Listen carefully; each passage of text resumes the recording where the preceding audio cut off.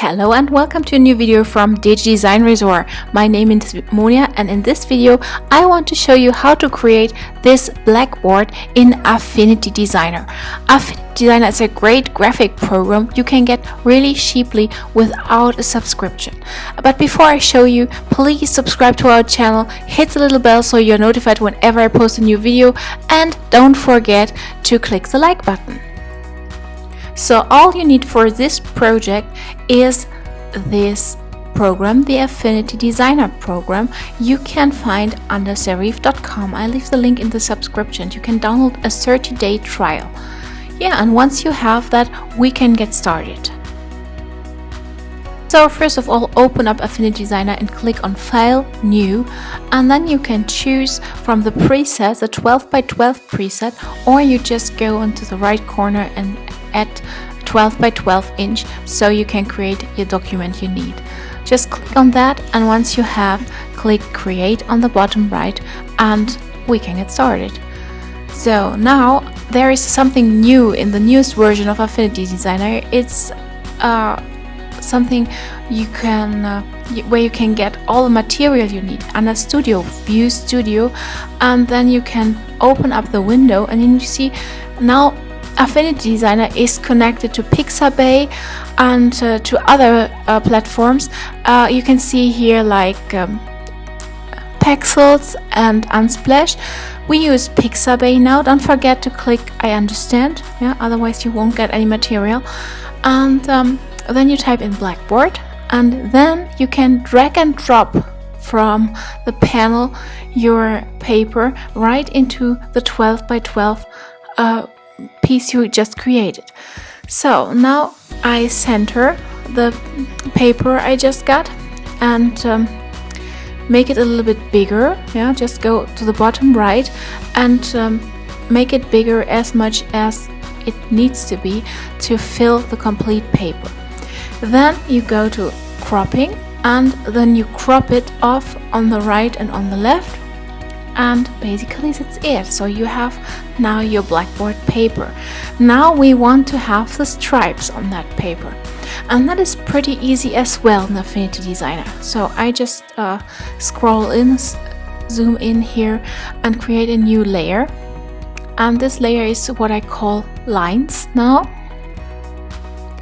And now we need to draw one line.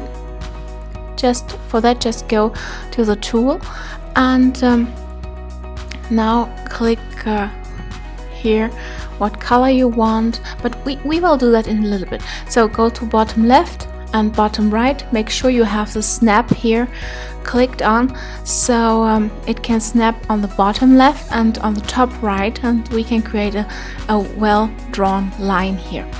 So you see the line is there, and now we can drag and drop it from bottom to top, and we can also choose another color. We want it in white, that's why I draw to white now.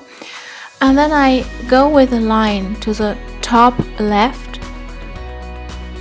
Now I take my line out of the paper to the top left to make it even when I duplicate it. So we pull it over to the left side, and you see where you pull it, although you don't see the line anymore. And now you set the line where you want to have it, and then you see how much distance the line will have, and then you just press Command J, and you see that it's duplicated. Now we set it and see what the distance between the two lines is, and once you see that and you are happy with it, you just click Command J or STRG J, and then you go over the whole paper, and you see it's nearly done. It's that easy.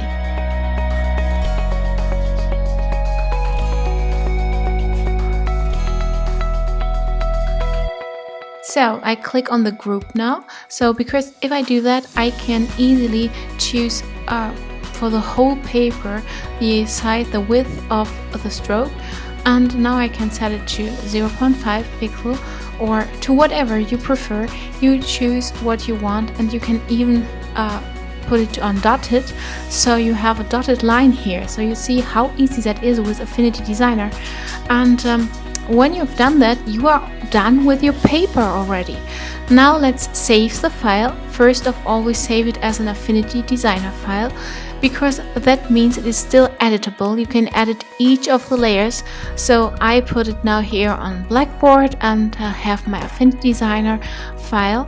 And once I have that, I also export it as a PSD file, so I can work on it in Photoshop or whatever supports my PSD. You can also save it already as a JPG, whatever you prefer here, and use it for your scrapbooking, of course, but you can also use it for your bullet journal, for example. Just print it out and make a dashboard from your chalkboard paper. You see, whatever you can do is basically it's endless. You can also use it for several crafting projects, so you don't have to buy them. You can just create it on your own. That's it from me for today. I really hope you enjoyed the tutorial, and if so, please don't forget to leave us a thumb up, maybe subscribe to our channel, and also click the little bell so you're notified whenever I post a new video. And then I see you in the next one. Until then, bye.